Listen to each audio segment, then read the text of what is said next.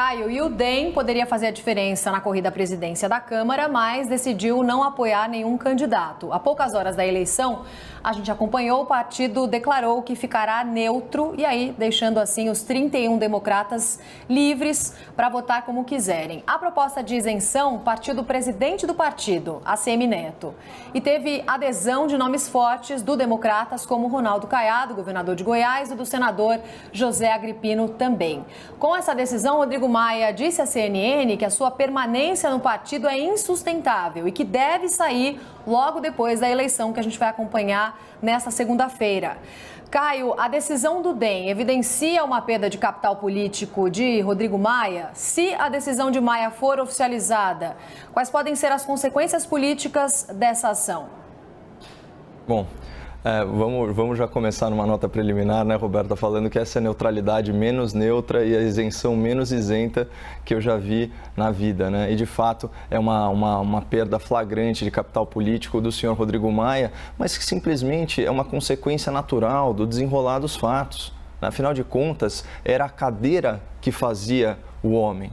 Então, se você me perguntar objetivamente, né, o que o Partido Democratas perderia com a saída de Rodrigo Maia, eu diria, perde 70 mil votos no Rio de Janeiro. Aliás, nem isso. Afinal de contas, se nós formos objetivos e considerarmos a forma como é feita política no Brasil, principalmente o processo eleitoral, o DEM vai economizar 700 mil reais em repasse de fundo eleitoral. Cumpre destacar que, apesar de se dizer um liberal, o senhor Rodrigo Maia usou mais de 700 mil reais de dinheiro público para se reeleger. Na sua sexta reeleição. Então, essas coisas elas são dignas de nota. E agora ele vai, enfim, apontar aí pro anonimato, desse grande colegiado que é a Câmara dos Deputados. Ele perde completamente o protagonismo que ele teve nesses mais de 4 anos aí, à frente da Câmara Federal. E, como eu disse, vamos dizer assim, um histórico muito irregular.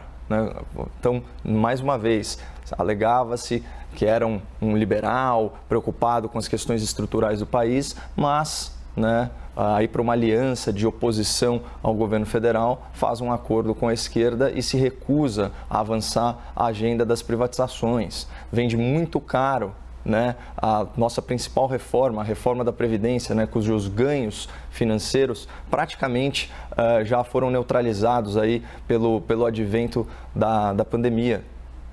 Então, ele não consegue agradar nem a gregos, nem a troianos. Salta aos olhos a hipocrisia de criticar sistematicamente a presidência da República e ter todos aqueles arroubos retóricos, mas não ter a coragem ou a iniciativa de pautar o trâmite do pedido do impeachment, quer você concorde com eles ou não. A postura coerente com o discurso de Rodrigo Maia seria essa. Então, o DEM perde muito pouco, o Rodrigo Maia perde totalmente e eu chego a questionar a possibilidade dele ter um futuro político na Câmara dos Deputados na eleição de 2022.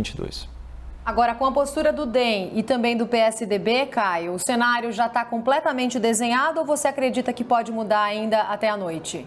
Olha, esses superlativos, completamente, totalmente, eles são muito perigosos, ainda mais na nossa área de atuação, Roberta? Mas a coisa ela tá realmente se desenhando para um grande arranjo. Eu acho que esse é o tom aqui do comentário. As coisas elas vão mais ou menos se acertando e da pior forma possível. Não em torno de uma agenda de país, mas simplesmente por força de circunstância. Então, mérito do governo de ter restringido, vamos dizer assim, a troca com os parlamentares, ao que tudo consta, não negociar ministérios, não negociar grandes fatias do orçamento público, mas ainda assim, muito longe do ideal e muito longe, sim, do discurso de campanha que pregava, nesse sentido, um radicalismo de ruptura total com o presidencialismo de coalizão, com direito até a chacota sobre o Centrão. Mudando de assunto agora, Caio, os professores da rede pública do Rio de Janeiro decidiram fazer uma greve contra o retorno das aulas presenciais nas escolas estaduais e municipais também. A categoria pede que os profissionais da educação façam parte do grupo prioritário e sejam vacinados contra a Covid-19. O calendário da rede municipal prevê a volta às aulas no dia 24 de fevereiro. Na rede estadual, o retorno está marcado para o dia 1º de março. Caio, como é que você avalia a postura dos professores do Rio? Eles vão conseguir segurar a volta das aulas presenciais? Quer dizer, enquanto os professores não estiverem vacinados, as aulas presenciais de fato não devem voltar?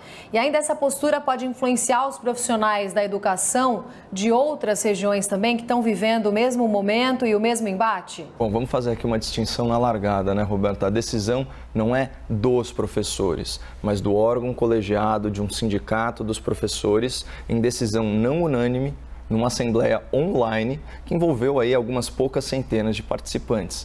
Portanto, colocar essa responsabilidade nas costas de toda a categoria é impróprio e injusto, né? A maioria dos profissionais da educação ainda tem muito mais vocação para o ensino do que para a política, né? E sabe do crime que está sendo cometido contra a educação brasileira nessa pandemia.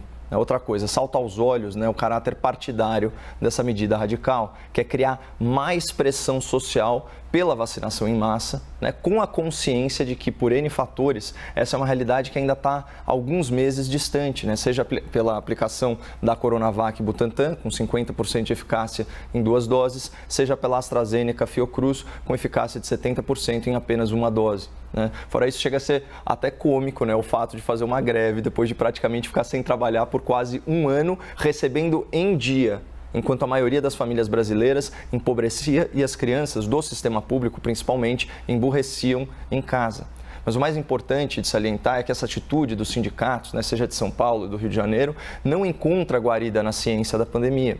E aqui eu queria me remeter ao comentário da semana passada, né, na última sexta-feira, aqui no nosso quadro. Né? Na ocasião, a pauta era justamente aquela decisão judicial, né, liminar, aquela decisão absurda que proibiu crianças e jovens de voltarem às aulas presenciais no estado de São Paulo. A juíza acatou esse pedido feito pelo sindicato dos professores, alegando que, embora a educação, né, seja um direito fundamental, o direito à vida sempre deve prevalecer. E, claro, ninguém vai discordar dessa premissa, só do raciocínio inconsistente da juíza do caso. Bom, na sexta-feira, para evidenciar a pobreza dessa lógica, eu argumentei que contrair Covid-19 está muito, mas muito longe de ser uma sentença de morte. Ainda mais aqui em São Paulo, que tem a maior rede hospitalar do país. Então, para ilustrar esse argumento, eu citei a taxa de letalidade por infecção, segundo o estudo mais recente, né, do Dr. John Ioannidis, né, que ele é professor de imunologia, de saúde pública e de estatística em Stanford, entre várias outras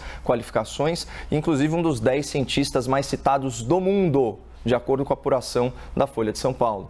Esse estudo, né, já revisado aí pelos pares, foi publicado em outubro em um boletim no próprio site oficial da OMS, né, Organização Mundial da Saúde, e eu até mandei já o link desse estudo para produção, né, para que ele seja disponibilizado para a nossa audiência nas plataformas digitais. Então, é um dos trabalhos mais abrangentes sobre a letalidade da Covid-19 no mundo, né, porque ele reúne dados de 61 estudos e 8 pesquisas nacionais, incluindo informações de 133 cidades brasileiras, sempre com amostra superior a 500 indivíduos. E quais são as principais conclusões desse estudo? Que a taxa média estimada de letalidade por infecção por Covid-19 no mundo é de 0,23% e que a mortalidade do vírus em pessoas infectadas abaixo dos 70 anos de idade é de 0,05%. Então, diante desses números, né, qual que é a comparação feita pela reportagem da própria Folha de São Paulo? Aspas.